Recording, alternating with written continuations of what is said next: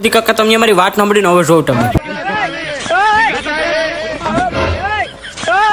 इस सज्जन को क्या तकलीफ તકલીફ તો એ જ ને અમને એક તો અમે સરકારી ઓફિસે જઈને એમ કે અહીંયા સાઈન કરો અહીંયા કરો ને અમારે શું કરવાનું એની જરૂર નથી તો તાર મોકલી આપજો માની લઈશ અમારે તો સરકારી નોકરીના ને લગ્નના ને તો સપના જોવાના ને પૂરા થોડા થાય પૂરા થશે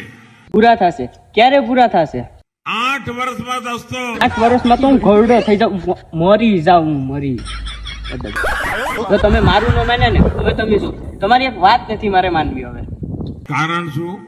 એ વખતે મેં તમને કીધું હતું ત્યાં તમે મને કીધું હતું કે તને સરકારી નોકરી અપાવી ક્યારે છે મારો વારો દેશમાં નંબર 1 છે પેલો વારો મારો વારો જ નથી હવે મારે સરકારી નોકરી લગન જોઈએ હવે તમે નોકરી નથી આપતા આવો નિયમ ક્યાં હોય દુનિયાનો નિયમ છે ભાઈ દુનિયાનો નિયમ છે તો કરો ને પછી તમે કે તમારું હાલતું નથી તમારા મોબાઈલ ની જરા ફ્લેશ લાઇટ ચાલુ કરો ને ભાઈ ઉભા રહો એક મિનિટ अच्छी बात कही आप આ લો ફેસ લાઇટ શરૂ કરી થઈ ગઈ ને ફેસ લાઇટ હવે આન્યાથી મને શું ફાયદો થાય તમને આનંદ થશે એટલે ભાઈ આનંદ નથી જોતો મારે એટલે ભાઈ તમે કોઈ મારે તમારી વાત જ નથી માનવી અરે મરી જવું હવે ચૂંટણી આવે ને હવે તમે જો ટાટા ગુડ બાય